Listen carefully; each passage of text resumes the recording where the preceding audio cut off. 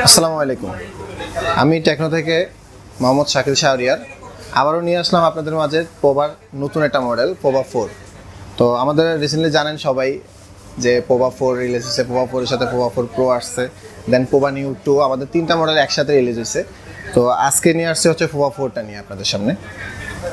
প্রথমত যদি ডিজাইনটা বলি, পোভা 4 এর হচ্ছে ডিজাইন হচ্ছে বাম দিকে থাকতেছে হচ্ছে স্লিম, আমাদের হচ্ছে ডেডিকেটেড সিম কার্ড, মানে হচ্ছে আপনি দুইটা সিম একটা মেমোরি কার্ড একসাথে ইউজ করতে পারবেন। উপরের দিকে কিছু নাই, ডান দিকে থাকতেছে হচ্ছে ভলিউম রকার, আপ আর ডাউন, আর হচ্ছে সাইড মাউন্টেড ফিঙ্গার, ঠিক আছে, রেগুলার যে ফিঙ্গার আমাদের সাইড মাউন্টেড ফিঙ্গার, এবং নিচের দিকে থাকতেছে হচ্ছে যে loud speaker, charging port, mouth speaker এবং হেডফোন জ্যাক।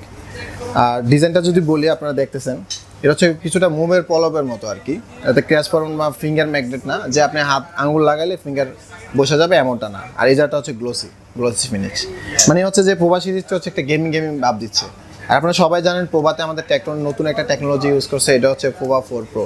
মানে পোভা 4 এর ভিতরে নতুন টেকনোলজিটা হচ্ছে প্যান্থম ইঞ্জিন ইউজ করছে, প্যান্থার 2.0 ইঞ্জিন, যেটা হচ্ছে আপনার গেমিংয়ের ক্ষেত্রে হচ্ছে যে কুলিং দিবে এবং হচ্ছে গেমিংয়ের সময় আপনাকে ডিস্টার্ব করবে না। আবার আরেকটা বিষয় হচ্ছে যে যদি কেউ গেমিংয়ের সময় মেসেজ দেয় তাহলে ওটা শিরোনামের মতো করে দেখাবে, মানে এটাতে ক্লিক করবে না, উপর দিয়ে জাস্ট স্ক্রিনের উপর দিয়ে লেখাটা যাবে আর কি।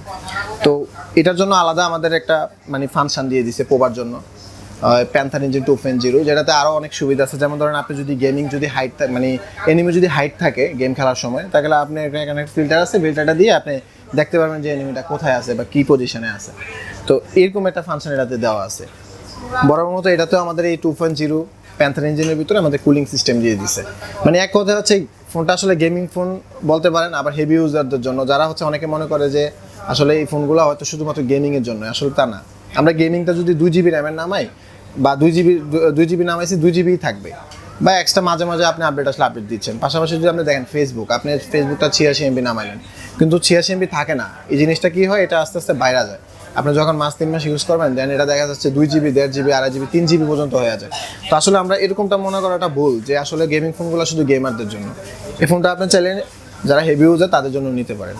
এবার আসি হচ্ছে ফোনের ভিতরে, এটাতে আমাদের এটা নতুন একটা প্রসেসর দিচ্ছে, যেমন G99 6 ন্যানোমিটারের প্রসেসর বাজেট রেঞ্জে। মানে হচ্ছে এই ফোনটার প্রাইসটা আমি একটু পরে বলি। মানে এই বাজেট রেঞ্জে মার্কেটে মানে এই প্রসেসরটা হচ্ছে এক কথায় হচ্ছে মানে টেকনো কীভাবে দিচ্ছে সবাই এরকম একটা চিন্তা করতেছে, আসলে টেকনোর পক্ষে এটা সম্ভব। G99 প্রসেসর দিচ্ছে গেমারদের জন্য, 6 ন্যানোমিটার প্রসেসর। আর রেগুলারলি সবাই দেখা যাচ্ছে 5000 mAh ব্যাটারি দিচ্ছে, ওই ক্ষেত্রে টেকনো একটু সরে আপনাকে 6000 mAh ব্যাটারি দিচ্ছে, ঠিক আছে। তো অনেকে এখানে একটা প্রশ্ন তোলে যে আসলে 6000 mAh ব্যাটারি 18 ওয়াটের চার্জার, ভাইয়া চার্জারটা একটু বেশি দিলে পারতো এসে। আসলে বেশি দিলে সেটা কাজে লাগাচ্ছেন কিনা সেটাও তো দেখতে হবে। আপনি 6000 mAh ব্যাটারি রেগুলার ইউজার, মানে আপনি যদি সারাদিন রাফ ইউজও করেন, তারপরও দিন শেষে যায় আপনি কিন্তু ফোনটা চার্জে লাগান। তো এরকম না যে ফোনটা আসলে এটা বুট চার্জারের ফোন না, যে আপনি বুট চার্জারের ফোন দৈনিক দেখা যাচ্ছে যারা একটু হেভি ইউজার দেখা যাচ্ছে দৈনিক 2বার চার্জ দিতে হচ্ছে, এরকমটা লাগবে না। আমাদের ফোনগুলোতে দেখা যাচ্ছে পোভা 4 সিরিজে 6000 mAh ব্যাটারি, তো 18 ওয়াটের চার্জার দিচ্ছে। আপনি দিন শেষে যে চার্জে লাগান 3 ঘন্টা হয়ে গেল, 4 ঘন্টাই লাগুক, কিন্তু আপনি সকালবেলা সারাদিন ইউজ করেন একদম র্যান্ডমলি, আপনি গেমিং করতেছেন, ইউটিউব করেন, ইমো করেন, মানে যা কিছু ইউজ করেন সব কিছু মিলে দেখা যাচ্ছে যে আপনি দিন শেষে আপনার ফোনে চার্জ থাকবে। আমি এতটুকু গ্যারান্টি আপনাকে দিতে পারি। কারণ এই যে গেমিংয়ের জন্য যারা অনলাইন গেমার তাদের জন্য আপনি অন টাইম, মানে আপনি যদি দেখেন রাফ ইউজ করেও যদি গেম ইউজ করেন, ফুল ব্রাইটনেস দিয়ে হেডফোন জ্যাক ইউজ করে যদি গেমিং করেন, আপনি 9 থেকে 10 ঘন্টা ব্যাকআপ পেয়ে যেতেছেন এটাতে। তো কেউ কিন্তু এরকম একটা না এতক্ষণ গেমিং করেও না, হয়তো 2-3 ঘন্টা 4 ঘন্টা করে, বেশি হলে 5 ঘন্টা করবে, দেন তারপরে ফেসবুক ইউটিউব সব কিছু মিলে অ্যাভারেজ আপনার এই ফোনটা আপনি একদিন অনায়াসে চলে যেতেছে। তো এই ক্ষেত্রে আমরা হয়তো চার্জারটা দেখা যাচ্ছে 18 ওয়াটেই এনাফ, বেশি কিছু লাগতেছে না, ঠিক আছে। আর গেমারদের জন্য চিন্তা করে এটাতে 90 Hz রিফ্রেশ রেট দিছে, রিফ্রেশ রেটটাও রাখলো 90 Hz রিফ্রেশ রেট, এবং কি এটা পাঞ্চুয়াল কাট আউট, মানে ডিসপ্লের ভিতরে ক্যামেরা থাকতেছে, লুকিংটা দেখতে জোস লাগবে এই ক্ষেত্রে। আর হচ্ছে এইটার র্যাম রোমটা দিচ্ছে 8 GB 128 GB, 8 GB সাথে এক্সটার্নাল আপনি 5 GB র্যাম বাড়াতে পারতেছেন, ভার্চুয়াল র্যাম, ঠিক আছে।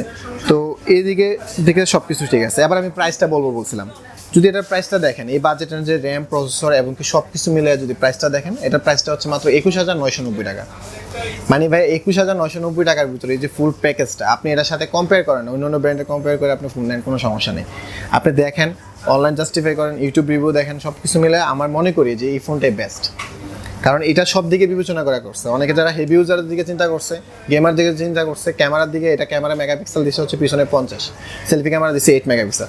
তো এই ক্ষেত্রে হচ্ছে যে এই ফোনটা একদম ফুললি পারফেক্ট একটা মনে করেন বাজেট কিলার বলতে পারেন, মানে 22,000 টাকার ভিতরে বেস্ট একটা ফোন। তো ঠিক আছে, আবারও আসবো নতুন কোনো মডেল নিয়ে। এবারের মতো বিদায় নিচ্ছি। আসসালামু আলাইকুম।